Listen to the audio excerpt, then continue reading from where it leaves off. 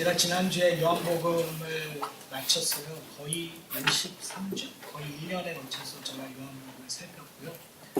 그리고 어떠한 성경을 저희가 함께 볼까 고민을 하다가 제가 예레미야 애가를 선택했습니다. 왜 예레미야 애가일까요? 여러분, 제가 1절부터 11절을 읽었는데 마음이 답답하지 않으세요? 꽉 막히는? 이 목사가 우리에게 희망의 메시지를 던져줘도 이민사회에 살기 힘든데, 근데 왜 하필이면 이제 5주에 걸쳐서 저희가 살펴보고, 제가 예레미야 애가를 정한 것은 딱 한 가지입니다. 우리 교회가 지금 저희 교회가 새 예배처소 때문에 이렇게 고민하고 있잖아요. 저도 고민 안 하고 사실은 여러분도 고민 안 하고 있지만 하나님께서 어떻게 해주시겠다고. 여러분 참 믿음이 좋으세요? 전혀 고민들을 안 하시는 걸 보면서 저도 고민을 안 하지만, 그런데 오늘 이 예레미야 애가의 배경 중에 하나가 성전이 박탈되었다. 성전이 없어진 거예요. 그러니까 이스라엘 백성들에게 성전은 너무나 소중한 곳이었습니다. 그들의 생활의 중심지뿐만이 아니라 영적인 것, 하나님과의 만나는 장소예요. 그렇죠?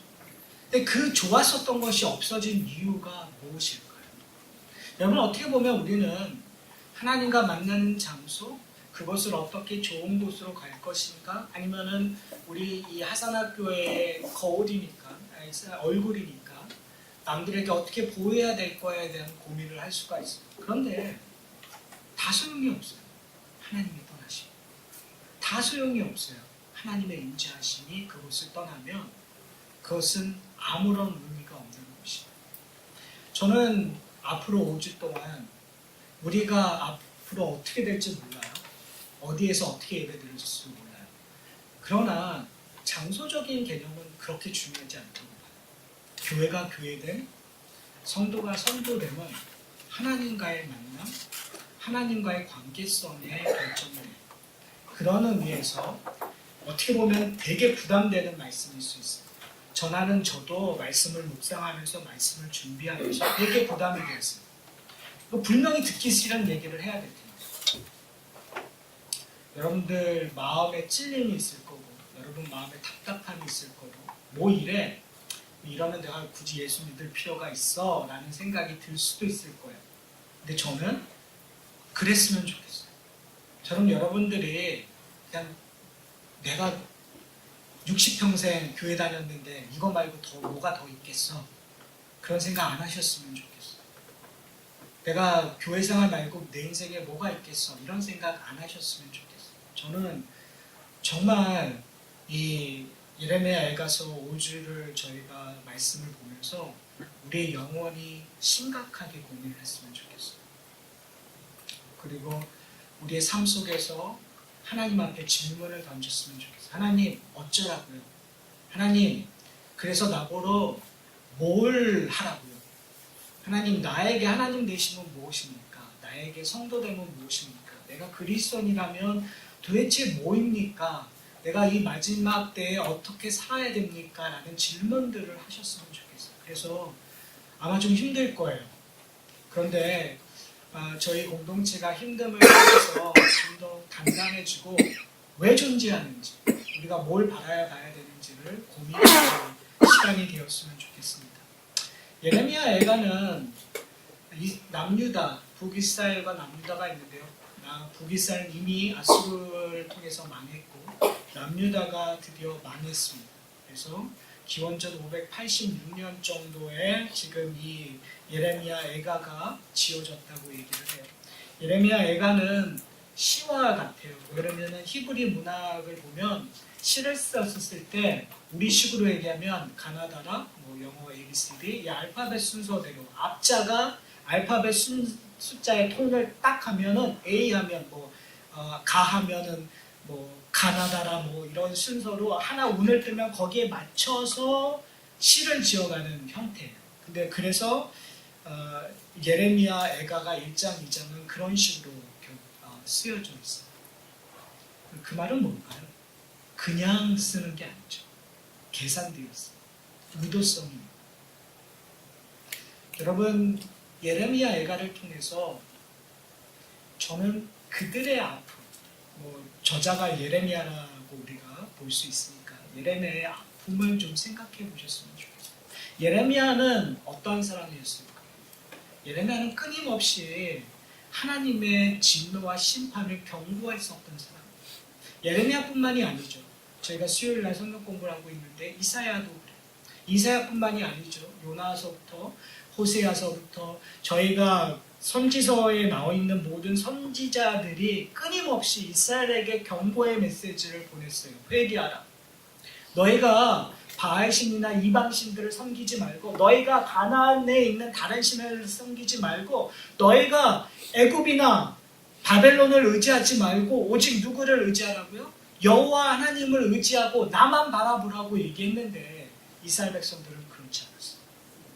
계속 하나님이 원하시는 것과 정반대의 일을 했어요. 바로 오늘 본문은 바로 그 배반, 그 불순종을 하나님께서 심판으로 갚으시는 사건 다음의 일이에요. 이게 우리에게 와닿을까? 저는 좀 고민을 했어요. 과연 우리는 이들의 아픔을 알 수 있을까? 우리 가운데 그래도 알 수 있는 분이 우리 김원배 집사님 정도? 뭐라 그러니까 일제시대 때 태어나셨잖아요. 일제의 아픔, 나라 뺏김의 아픔, 6.25 전쟁의 아픔. 사실은 저 제너레이션은 전쟁을 겪어보지 않았어요. 식민지를. 그래서 저희들이 얘기할 수 있는 건 기껏해야 IMF 정도. 근데 지금 얘기하는 것은 나라를 뺏긴 거예요. 나라를 통째로 뺏겼는데 나라에 가장 소중했었던 예루살렘 성전이 없어져 버린 거예요. 여러분, 오늘 본문 마지막 절에 어떻게 되어 있죠? 그들이 먹고 자여 뭘 팔았다고요? 보물들을 팔았다고 얘기해요. 먹고 사는 문제가 너무너무 심각한 문제예요. 여러분, 먹고 사는 문제가 별거 아닌 것 같지만 사실 그렇지 않아요. 우리의 영혼들을 황폐하게 만들어요.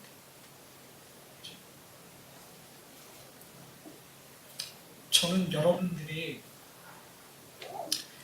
멍하니 안 계셨으면 좋겠어요. 철저하게 감정이입을 하셨으면 좋겠어요. 왜 그러냐면 우리가 지금 예레미야 애가가 선포되고 있는 그들의 시로 그들의 아픔을 표현하고 있는 그곳으로 가지 않는다면 이 본문을 이해할 수가 없어요. 그렇다면 우리가 어떻게 해야 되냐면요, 지금 우리가 누리고 있는 것, 우리가 경험하고 있는 것들을 해체시켜야 돼요. 무슨 말인지 아세요? 지금 여러분들이 예쁜 집, 여러분들이 갖고 있는 헌금이 아니라 현금, 그리고 여러분들이 누리고 있는 것들을 해체시켜드려요. 다른 말로 얘기하면 여러분들이 지금 보고 있는 눈으로 보는 것이 아니라 하나님의 진노의 안경을 쓰셔야 돼요. 무슨 말씀인지 아세요?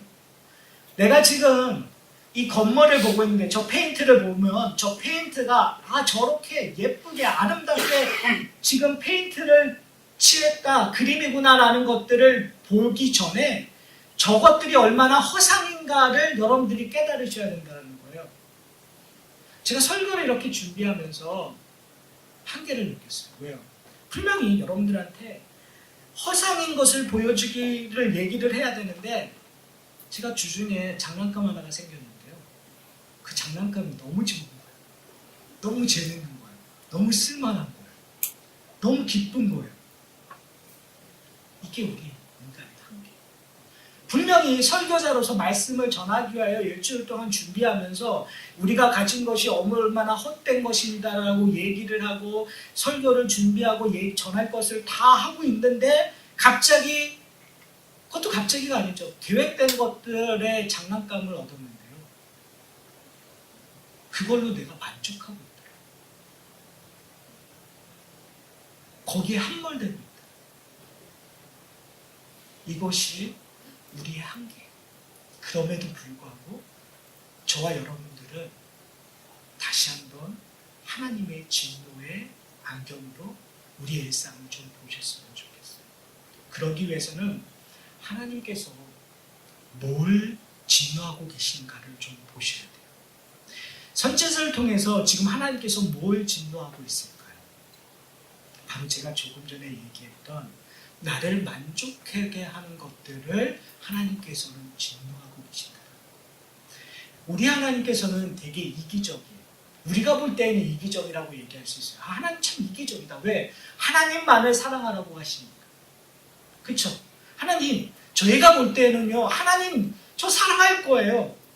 하나님을 섬길 거예요. 하나님이 제일 좋아요. 그런데요, 하나님 말고도 뭐 다른 것 좀 사랑하게 해주세요 라고 얘기를 해요. 제가 하나님을 위해서 적어도 10의 1은 떼어드릴 수 있어요. 제가 하나님을 위해서 적어도 일주일에 한 번은 하나님 앞에 나갈 수 있어요. 하나님, 제가 적어도 하나님을 위하여 몇 시간은 하나님 앞에 드릴 수 있어요. 적어도 하나님이 원하시는 일들을 위하여 가난한 사람을 도와줄 수 있어요. 적어도 그들을 위하여 기도할 수 있어요 라고 타협하게 해요. 근데 하나님께서 원하시는 건 뭔지 아세요? 너는 내 거라는 거예요. 여러분, 왜 여기서부터 빗나갔을까요?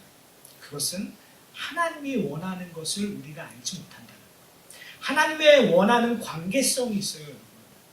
우리가 원하는 관계성과 하나님이 원하는 관계성이 있어요. 저는 이것이 현대를 살아가는 기독교인이나 몇천 년 전에 일어났던 지금 이스라엘이나 똑같아요. 왜요? 우리는 살아가면서 당연히 지금 하산학교회를 포함한 현대 모든 교회는 교회 다니면 우리가 구원받았고 하나님 우리 아버지라는 사실을 너무나 당연하게 생각을 해요. 그렇죠? 그리고 정말 호흡하는 것처럼 하나님이 나를 도와주신다는 것들을 너무 뼈저리 느껴가요. 그걸로 감사하고 있어요. 좋아하는 정말 행복한, 종교적인 행복한 삶을 살고 있어요. 근데 하나 놓치는 것은 뭐냐면 하나님의 경고를 듣고자 하지 않아요. 내가 즐거워하는 소리만 듣고자 해요. 다른 말로 얘기하면 내가 선택하여 하나님의 말씀을 듣는 거예요. 내가 원하는 말씀들, 내가 건강해지려는 말씀들, 내가 부자 되려는 말씀들, 내가 행복하려는 말씀들만 듣는 거예요. 거기에만 아멘하는 거예요. 근데 하나님께서는 우리에게 도전하세요. 지금 이스라엘 백성들에게도 선지자를 통해서 끊임없이 도전했어요. 너 그리 가면 안 된다. 너 그리 가면 망하는 것이다. 너 바알신을 섬기는. 왜요? 바알이 뭐가 그렇게 대단하기에 유대인들이 바알신을 섬겼을까요? 바알신은요, 그들에게 풍요를 주겠다고 약속을 했었어요. 그렇죠? 가나안 땅에 있는 모든 신들은 그들에게 행복을, 풍요를 주겠다고 얘기를 했었어요. 근데요, 하나님께서는요, 약속을 주시는데 풍요를 얘기하는 것 같지만 사실은 그 풍요가 아니라 보이지 않는 것들에 대한 이야기를 하고 계세요. 하늘의 것들을 얘기하세요. 영원한 것들을 얘기하세요. 지금 비바람이 와서 구름이 와가지고 비를 내리는 것이 중요한데 하나님께서는 신 하나 까먹는 소리를 하고 계시는 거예요. 하늘의 것들을 얘기하는 거예요. 나중에 처녀가 잉태하여 아들을 내가 낳을 거라는 말도 안 되는 얘기를 하는 거예요. 왜요? 죽게 되었는데. 목회를 하면서 가장 힘든 게 뭡니까? 라고 물어보면 사람들의 관계가 아니에요. 사람들의 관계, 사람들 간의 그 안타까운 소통의 문제, 이게 아니에요. 목회를 하면서 가장 안타까운 거, 가장 답답한 거는 말씀에 대한 분리예요. 무슨 말씀이냐면 하나님의 말씀을 자기가 원하는 대로만 받아들여요. 제가 분명히 하나님의 말씀은 이겁니다라고 얘기했는데 그거를 그냥 들으시면서 자연스럽게 해체해버리세요. 사심이 뜨는 것처럼. 내가 원하는 파트만 받아 먹으세요. 그러다 보면 말씀을 전하는 사람도 그렇게 전하고 싶은 욕망이 생겨요. 왜요? 사람들이 그 말을 들으면 좋아하니까. 설교자를, 말씀을 전하는 사람. 근데 지금 이사야 선지자가, 예레미야 선지자가 그들의 백성들이 싫어하며 그럼에도 불구하고 얘기했었던 것들이 있어요. 뭐냐면 너희들은 이 땅의 것들을 좋아하지 말고 너희들은 지금 있는 고난을 이겨내라는 얘기예요. 너희들은 하나님께서 주고자 하는 그 큰 기쁨을 보라고 얘기를 해요. 그래도 뭐니 해도, 그렇죠? 뭐니 해도 좀 우리가 좀 편하면 얼마나 좋습니까? 거기서부터 아주 작은 차이지만 거기서부터 이 유대 역사는 틈이 생기기 시작했어요. 그래서 드디어 영원했었던 그 하나님께서, 이게 참 재밌죠. 유대인들은 참 중간 이게 말도 안 돼요. 꼭 우리 애들 같아요. 애들이 항상 이렇죠. 아빠 엄마 필요 없어. 네. 나 빨리 집에서 나갈 거야. 난 내 마음대로 살아갈 거야. 내 인생은 나의 거야. 내 마음대로 살아갈 거야. 짐을 싸는데도 휘파람을 불면서 짐을 다 싸요. 나갈 때도 쳐다보지도 않고 다 나가요. 근데요, 자기가 급하면 전화해서 돈 줘. 나 엄마 나 돈 필요해. 아빠 돈 필요해. 뭐 필요해. 아니 분명히 자기가 마음대로 산다면서요. 자기가 인생 다 알아서 한다면서요. 되게 이율배반적이고 두가 완전히 왔다 갔다 해요. 그런데 그게 우리의 모습이에요. 이스라엘 백성은 참 재밌죠. 바알신을 섬기다가 다른 나라의 신들을 섬기다가 다른 나라를 의지하다가 그들이 나를 쳐서 잡아먹으려고 하니까 마지막으로 찾는 건 누구예요? 하나님밖에 없는 거예요. 결국은. 그렇죠. 그래서 하나님 저희들을 버리시면 안 됩니다라고 얘기를 해요. 근데 그때가 지나간 거예요. 결국은 하나님께서 바벨론을 진노의 맞대기로, 용서해주세요. 제가 지금 발음이 잘 안 돼요. 진노의 지팡이를 들어서 지금 심판하고 있는 거예요. 심판의 결과는 너무너무 비참해요. 그들의 모든 것을 빼앗아 버렸어요. 사랑하는 성도 여러분, 저희는 그것을 봤으면 좋겠어요. 지금 여러분들은 이 미국을 어떻게 보고 계세요? 여러분들이 많이 마음이 가고 있는 한국의 실정을 어떻게 보세요? 지금 이 전 우주의 지구의 실정을 어떻게 보고 계세요? 겉으로 보기에는 되게 좋죠. 경제적으로 되게 좋아요. 그렇죠? 여러 가지로 점점 더 발전해져 가는 것 같아요. 사람 살만 나는 것처럼 보여지는 분들도 있어요. 근데 정말 그런가요? 정말 그런가요? 하나님께서는 여러분들에게 다른 눈으로 보기를 원해요. 마치 누구예요? 하나님께서 에스겔에게 나타나셔서 환상을 보여주시는데 그 환상은 해골 골짜기. 여러분, 지금 이 미국이 그리고 한국이 우리가 사는 곳이 해골 골짜기. 그들은 멋있는 옷을 입고 좋은 차를 타고 행복하게 맛있는 음식을 먹고 즐겁게 있지만 그곳은 해골 골짜기. 왜요? 진정한 하나님이 그들과 함께 있지 않기 때문에.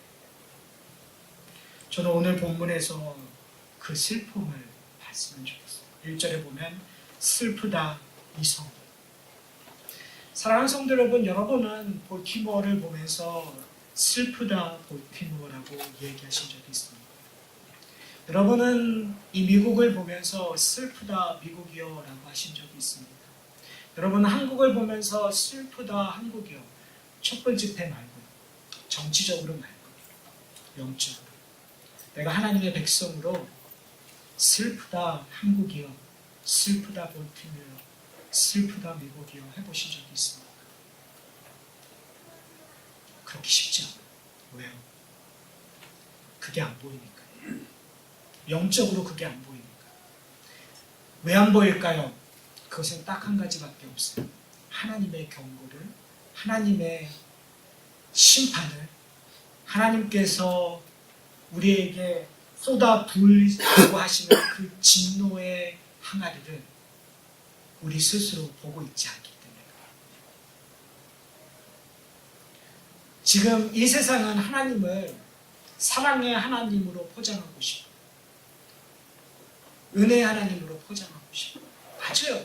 하나님은 은혜의 하나님이시고 사랑의 하나님이시고, 그러나 우리가 하나 놓치고 있는 것은 뭐냐면 은혜의 하나님, 사랑의 하나님과 동시에 공의의 하나님, 심판의 하나님이라는 것들을 저희가 기억해야 해요. 사실은 사랑과 은혜를 알기 위해서는 우리가 어디로부터 왔는가를 기억하지 않는다면 우리가 심판받을 수밖에 없다는 것. 다른 말로 얘기하면 우리가 해골이었다는 것. 우리도 전에는 하나님을 알지 못했을 때, 예수 그리스도를 주라 고백하지 못하기 전까지는 우리가 해골이었다는 것을 인정하지 않는다면 우리는 하나님의 진노를 이야기할 수 없는 존재. 문제가 뭔지 아세요? 여러분이 해골이었다가 변했는데도 불구하고 우리가 과거를 기억하고 있지 않는다. 우리는 거기로부터 왔다라는 은혜를 강조하고 사랑을 강조하고 있지만 사실은 그 아픔, 그 고통, 거기에 대해서는 더 이상 이야기하고 있지 않는다. 왜 그렇죠? 왜 그렇죠? 그것은 지금 기독교가 우리가 그저 우리만 천국 가면 된다고 생각하기 때문에 그래요. 나만 구원받으면 됐다라는 식으로 생각하기 때문에 내가 어디서부터 왔던 그 기쁨을 나누는 거에 너무 소홀해. 거기에 대해서 우리조차도 얘기하고 있지 않아요. 사랑하는 성도 여러분, 우리는 우리의 연약함을 내놓지 않아요. 우리의 죄성을 얘기하고 있지 않아요. 우리는 서로 다 거룩한 척하고 살아요. 우리는 뭔가 다 할 수 있는 것처럼 얘기해요. 교회 안에서는 항상 정답만 얘기해야 돼요. 왜 교회에서는 정답만 얘기할까요? 목사가 정답 얘기하는 거? 당연하죠. 그렇지만 사실은 여러분, 정답처럼 산다라는 거 쉽지 않아요. 그렇죠? 그럼에도 불구하고 우리는 정답을 얘기하는 거에 너무 익숙해요. 거룩한 하나님을 이야기해서 내가 하나님이 된 것처럼 정답만 얘기해요. 저는 설교를 준비하면서 그렇지 않기를 소원해요. 제가 여러분들 꾸짖거나 정죄하거나 그것을 위하여 예레미야 애가를 사용하는 것이 아니기를 소원해요. 저도 그 말씀을 듣고 회개하며 무릎 꿇는 자여야 돼요. 그러기 위해서 우리가 고백되어지는 것이 뭔지 아셔요? 우리의 연약함을 고백해야 돼요. 예, 정답을 얘기해야 되긴 되겠죠. 그렇지만 그 정답을 얘기하기 위해서 내가 얼마나 죄인인지, 내가 얼마나 그것을 할 수 없는지, 내가 하나님의 저주를 피할 수 없는 존재인지를 얘기해야 돼요. 우리가 아무리 좋은 교회를 만든다고 해도 우리 힘으로는 절대 만들 수 없어요. 죄송하지만. 여러분이 아무리 희생해도 이 교회가 대단한 교회가 될 수가 없어요. 여러분이 아무리 성경을 열심히 공부하고 외워도 여러분은 하나님을 기쁘게 할 수 있는 지식을 소유할 수가 없어요. 우리가 우리를 희생해서 옆에 있는 사람을 사랑할진정 우리는 불완전해요. 우리는 기껏해야 베드로가 고백했던 것처럼 당신은 아옵니다. 제가 사랑하는 사랑은 친구적인 사랑밖에 될 수 없습니다. 기껏해야. 아니, 그것만 해도 전 감사해요. 그것조차 못하지 않고 있으니까 우리 공동체가 뭘 사랑합니까? 저도 여러분들을 얼마만큼 사랑하는지 여러분 아시잖아요. 우리가 서로를 이해한다는 거 그게 얼마나 돼요? 이해 못해요. 아니, 이해 안 하고 살고 있지 않습니까? 어디의 모습이에요? 남유다 예루살렘의 모습. 그들은 되게 종교적이었어요. 되게 종교적인 척을 했었어요. 예배 드렸어요. 절기 드렸어요. 심지어 지금 예레미야 애가에서 얘기되고 있는 것들이 참 재밌는 게 뭐냐면 그들의 길가가 공허해지고. 왜요? 길가가 공허해지는 이유들이 뭘까요? 길가가 아무 의미가 없어지는 게 뭐예요? 그들이 종교적으로 뭐하러 그 길을 사용했어요? 절기를 지키러 그 길을 사용했었던 거 아니에요? 우리는 우리는 종교적으로 다 포장할 수 있어요. 근데 그 마음 깊은 곳에는 하나님이 없었던 거 아닙니까? 정답을 얘기하고 있지만 이건 이렇게 해야 돼요, 저건 저렇게 해요 얘기하고 있지만 우리의 마음 깊은 속에서는 정말 하나님이 계십니까? 하나님이 계셔서 그 이야기를 하고 있는 거예요?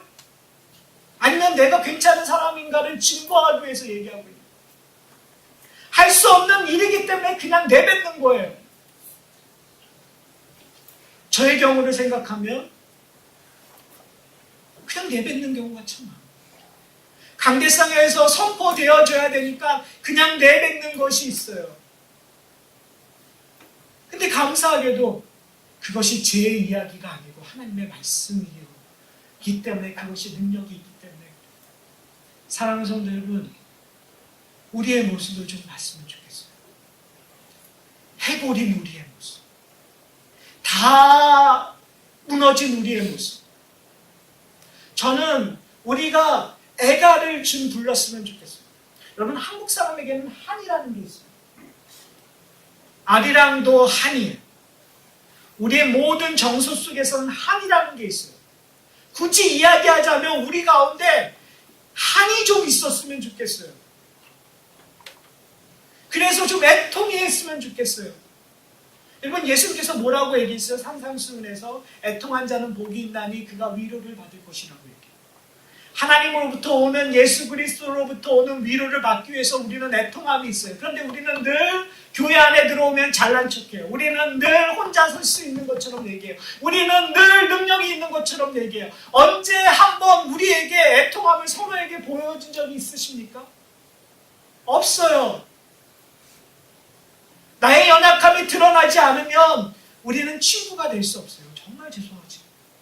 교회 안에서 일주일에 1시간 그냥 얼굴 보면서 눈인사는 할 수 있어요.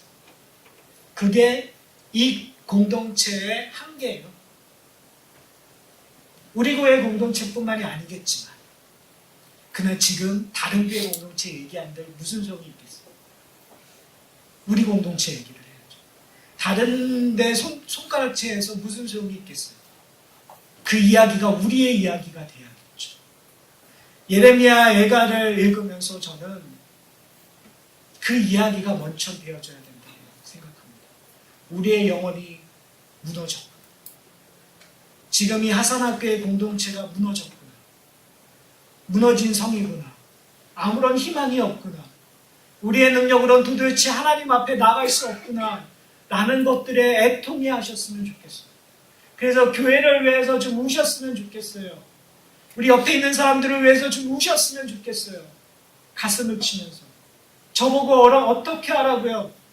하나님, 저보고 어떻게 하라고요? 제 영혼 하나 신경 쓰지 못하는 저보고 도대체 저 사람을 어떻게 하라고 저 사람을 저희 공동체에 보내셨습니까? 라고 애통해 하면서 하나님 앞에 좀 나와 보셨으면 좋겠어요.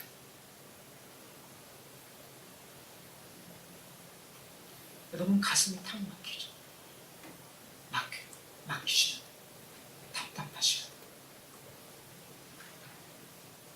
여러분, 바벨론이 쳐들어와서 다 파괴시켜버리고 사람들을 끌고 갑니다. 제가 평생 살았던 그곳에서 끌려갑니다. 그리고 처음 보는, 정말 낯설은 곳에 가서 이제 살아야 돼요. 저희가 이민 왔었던 거죠. 이민 떠나기 전날 밤, 비행기를 타기 전날 밤 여름의 마음은 어땠어요? 이제는 다 내려놓고 내가 결정한 것이니까 이제는 떠나가야 돼요. 그러나 그 가운데 불안감이 있었죠. 그런데 이민은 여러분이 결정한 거, 여러분의 부모님이 결정하든 여러분이 결정하든 했었던 거예요. 그러나 지금 이스라엘 백성들은 당하고 있는 거예요. 끌려가는 거예요. 거기에 도대체 어떠한 감정들이 일어나고 있어요? 얼마나 더 절망적일까요? 얼마나 한 치 앞도 생각하지 않는 불안감? 이제 가면서 난 죽지 않을까? 내 인생은 여기서 끝난 거 아닌가? 도대체 무슨 희망이 있다고? 왜요? 이스라엘 백성들에게 예루살렘이라는 곳은 축복의 땅이에요. 근데 그 축복의 땅이 회파되었지만 그래도 그 땅 속 게 있으면 하나님이 나를 사용하셔도 다시 회복하지 않을까라고 생각할 수 있는 그런 땅이에요. 그래서 아브라함도 계속 그 땅에 있었고 야곱도 떠났다가 다시 그 땅으로 돌아올 생각을 했었고, 그런데 지금 그 땅을 떠나야 되는 사람들이 있어요. 그런데 사랑하는 성도 여러분, 그게 은혜라고 성경은 얘기해요. 예레미야 24장에 보면 두 가지 광주리가 나온다고 얘기해요. 하나의 광주리에는 좋은 무화과 나무가 있고 또 다른 광주리는 썩고 나쁜 무화과 나무가 있다고 했어요. 여러분, 어떠한 사람들이 좋은 무화과 나무일까요? 예루살렘에 남아있는 사람들이 좋은 무화과 나무일까요? 아니면 바벨론 포로된 사람들이 좋은 무화과 나무일까요? 상식적으로 생각하면 예루살렘에 남아있는 사람들이 좋은 무화과 나무. 성전은 훼파되었지만 하나님이 예루살렘을 시온산이라고 얘기했고 예루살렘에 거하는 것이 축복이라고 대대손손 이야기했기 때문에 거기 있는 사람이 그래도 괜찮아서 하나님께서 그래도 불쌍히 여기서 거기 남아 있었을 거라고 그들은 생각할 수 있어요. 그러나 거기 반전이 있어요. 성경은 뭐라고 했냐면 너희가 붙잡혀 가는 사람들이 좋은 무화과 나무라고. 근데 붙잡혀 가는 사람들은 소수예요. 그리고 그 소수 속에서 다니엘이 나오고요, 에스겔이 나오고요. 그 소수 속에서 뭘 경험하게 되냐면 사자굴에 들어갔는데 살아나는 일들이 경험하고, 그 소수의 사람들이 그곳에서 많은 신들이 섬기고 있는 그곳에서 오직 여호와 하나님이 진짜 신이라는 고백들을 하게끔 만들어내고 있는 것들을 발견하게 돼요. 절망 속에서, 가장 큰 절망 속에서 하나님께서는 그의 백성들을 통해서 하나님 되심을 선포하고 보여주시는 일들이 있어요.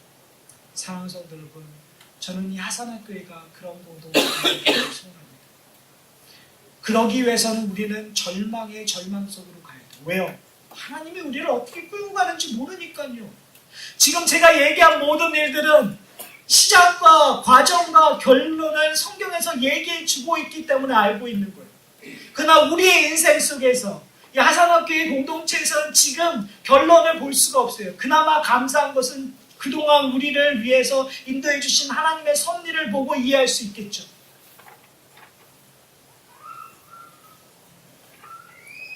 그렇기 때문에 우리는 우리의 모습을 적나라하게 드러내야 돼요. 그리고 우리가 좋은 무화과 나무임을 우리의 행동을 통해서 경험하는 것이 아니라 하나님의 인도하심을 통해서 발견하셔야 돼요.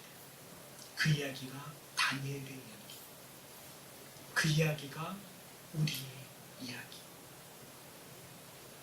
이제 설교를 마치려고 합니다. 이제 앞으로 4번의 설교가 남았는데 이 설교의 패러는 똑같아요. 제가 미리 얘기했지만 설교의 패러는 똑같아요. 여러분의 머릿속에 이것들을 박아 놓으셨으면 좋겠어요. 그건 뭐냐면 우리의 죄들이 선포될 겁니다. 우리의 연약함들이 선포될 거예요. 우리는 거울로 우리를 보듯이 그 연약한 죄, 우리의 불순종을 보셔야 돼요. 그리고 우리가 받을 심판, 우리가 받을 정죄 앞으로 걸어가야 돼요. 그런데 바로 그 앞에 누가 나타나냐면 예수 그리스도가 나타나십니다. 왜냐하면 예레미야 애가를 통해서 오늘 본문에서는 읽지 않았지만